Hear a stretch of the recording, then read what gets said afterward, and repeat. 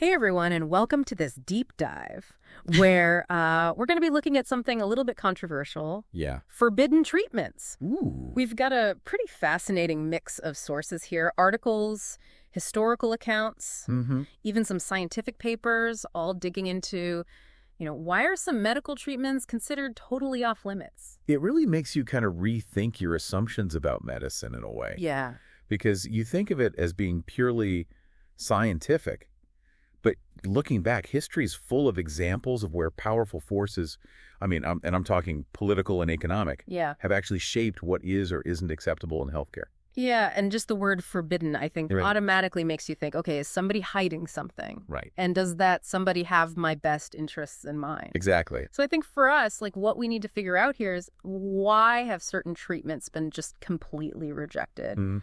Is it legitimate scientific reasons? Is it something else? Right. Are there other forces at play here? Yeah, and then what does that mean for us? Yeah. What does it mean for our own choices about our health? Exactly. Can we actually trust the system, or do we really need to be more proactive in seeking out different alternative options for ourselves? Huge questions. Yeah. So to try and get a grasp on this, I think let's rewind a little bit. Okay. Go back in time. Mm-hmm. A name that kept coming up for me in my research was Wilhelm Reich. Okay. His story, I think, is like the classic example of how a scientific idea becomes forbidden. I think Reich is a perfect example of how scientific legitimacy can really be swayed Yeah. by prevailing social and political pressures of the day, Right. He developed this thing called the orgone accumulator Okay. based on this concept of orgone energy, which he said was like this universal life force. I mean, it was really out there for the time. Yeah. Can you imagine going to your doctor's office and seeing one of these? Right. It sounds like a sci-fi movie. Yeah. So was he just a quack or what? Well, and that's where it gets interesting. Okay. Because Reich was a trained physician and psychoanalyst, Oh, wow. but his theories about orgone energy were way outside the mainstream. Yeah. He claimed it could treat all sorts of ailments, even cancer. The FDA was not buying it. Oh, no. They called his device fraudulent.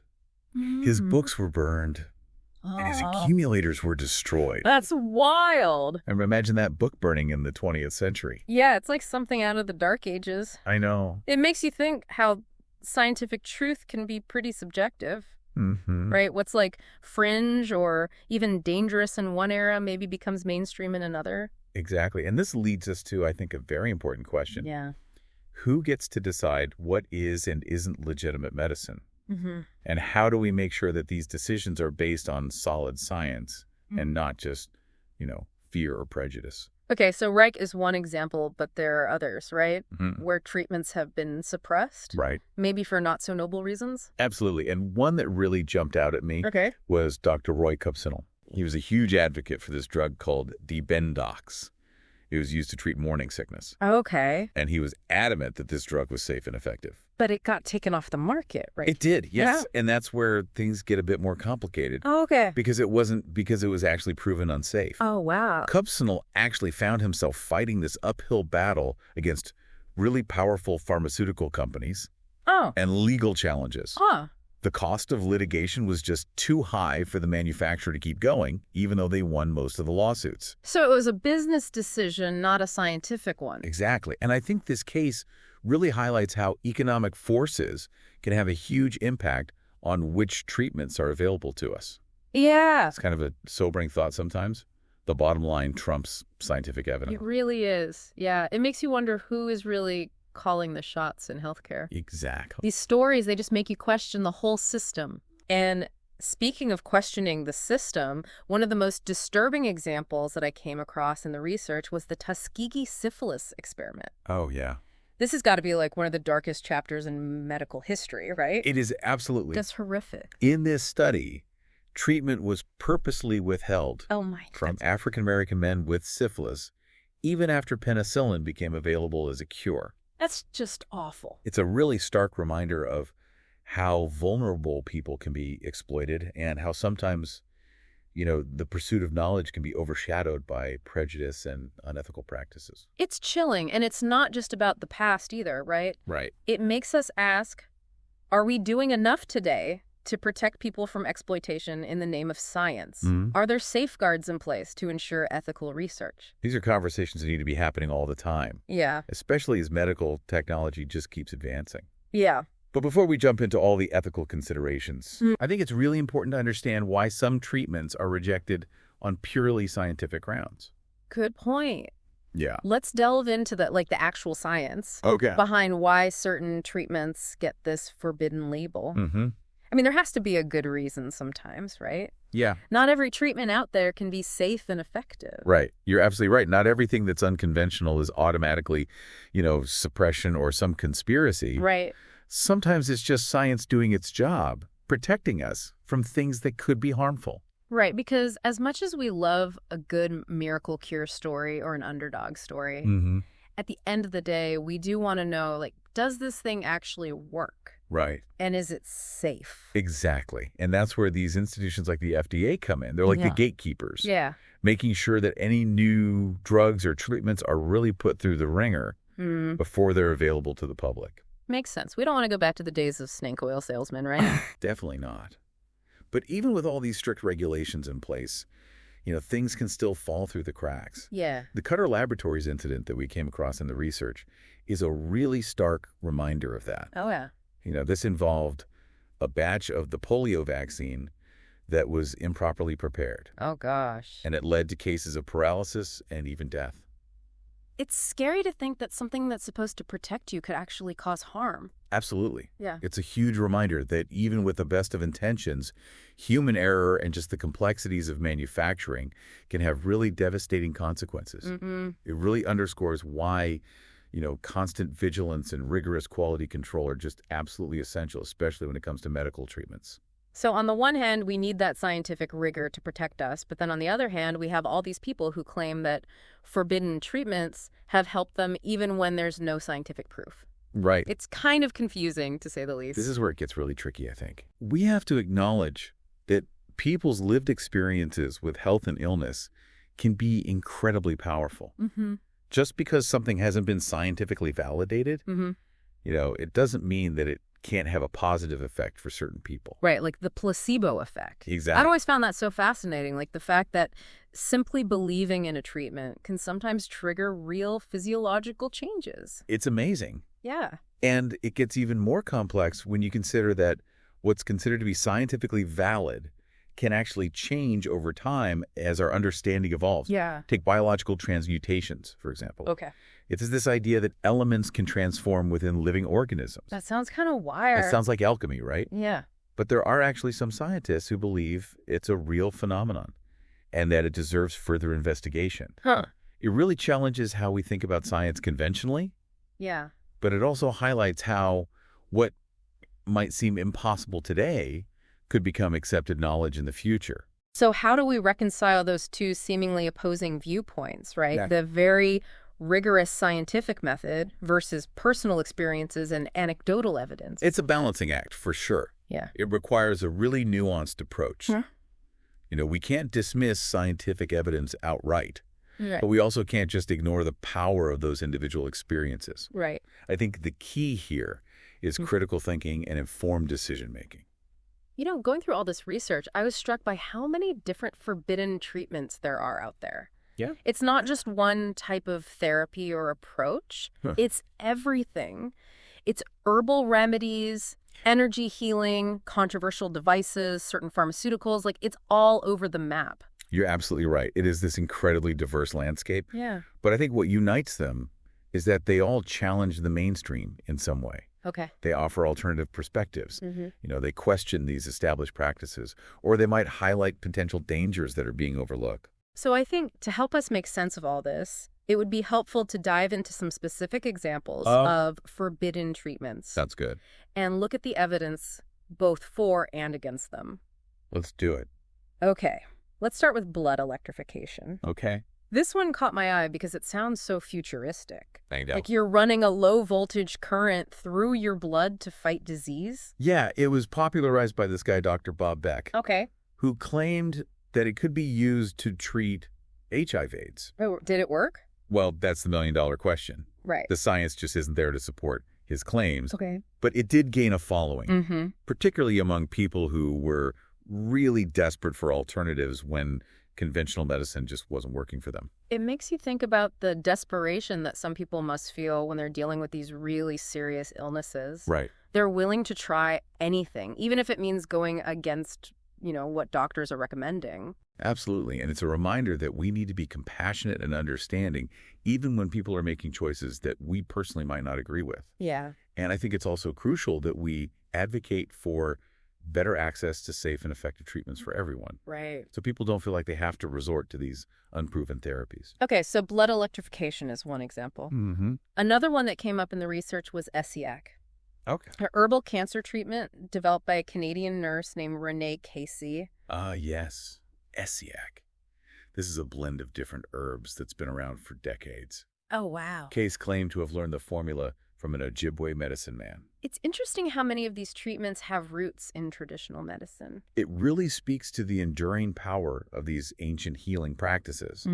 But just because something is traditional doesn't automatically make it effective or safe. Right. And that's the case with ESIAC. While there are anecdotal reports of people who say they benefited from it, rigorous scientific studies just haven't been able to confirm its effectiveness as a cancer treatment. So it's another example where the evidence is inconclusive. Yeah. And then, of course, there's the whole controversy surrounding the DPT vaccine. The DPT vaccine. This one has been the subject of intense debate for years. It has fueled by a lot of misinformation and fear-mongering, unfortunately. The claim is that it causes autism, right? That's the claim, but it's been thoroughly debunked by countless studies.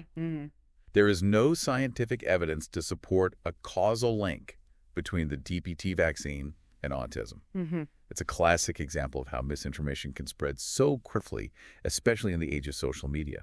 It's concerning because delaying or refusing vaccines puts children at risk of serious preventable diseases. It's a huge public health issue, and it highlights the importance of clear, accurate communication from trusted sources like medical professionals and public health organizations. Let's shift gears a bit and talk about a different kind of forbidden treatment, fluoride in drinking water. Okay. It's meant to prevent tooth decay, but it's also been the subject of a lot of controversy. Yeah, this one's interesting because it raises questions about individual autonomy and the role of government in public health. Right.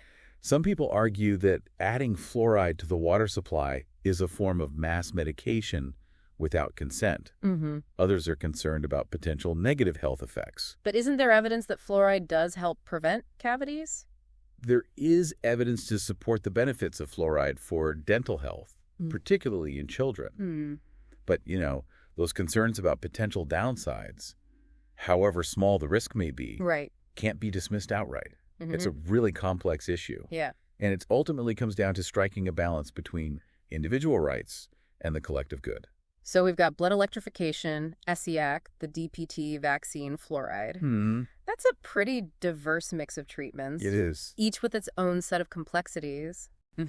And we haven't even touched on Dapendox, which we talked about earlier. Right. Or some of the more dangerous forbidden treatments out there, like Agent Orange. Right. It's this vast and fascinating landscape. It is. And it makes you think about how we even define legitimate medicine and the role of science and evidence and the importance of thinking critically when it comes to our health. Absolutely. Yeah. And I think it's crucial to consider the ethical dimensions of all this. Yeah. Like the implications for individual choice-informed consent, the potential consequences of restricting access to certain treatments.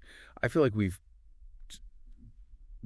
barely scratched the surface here, Yeah. So many different treatments, so many different perspectives. Right. It's definitely made me rethink a lot of my own assumptions about health and medicine. It's been quite the journey, hasn't it? It has. And I think you've hit on something really important there, this deep dive. I think it's really challenged our assumptions about a lot of things. Yeah. We've seen how those boundaries of, acceptable medicine are always kind of in flux, always shifting. Right. They're shaped by new scientific discoveries, but also cultural attitudes, economic forces, even political pressures. Wilhelm Reich's story really kind of brought that home for me. Like, he was ostracized, his work was condemned, but who knows? Maybe someday some of those theories will be revisited, reinterpreted. It wouldn't be the first time in history that a once rejected idea came back into favor. Right. It makes you realize that, scientific understanding is always evolving. Yeah. What's considered fringe or even heretical today might become completely mainstream tomorrow. And it's not just about changing scientific knowledge either. Right. We've seen how the relationship between science and medicine is really complex. Mm-hmm. Even when we try to strive for that evidence-based medicine, Yeah. there's often uncertainty, there's conflicting interpretations of the data. Right. There's even pressure sometimes from these huge, powerful interests. Yeah, the Devdox case is a perfect example of that. Right. This drug that many experts felt was safe was pulled from the market due to, legal pressures and public perception, even though there wasn't clear evidence of harm. It's a reminder that healthcare decisions aren't always black and white, No.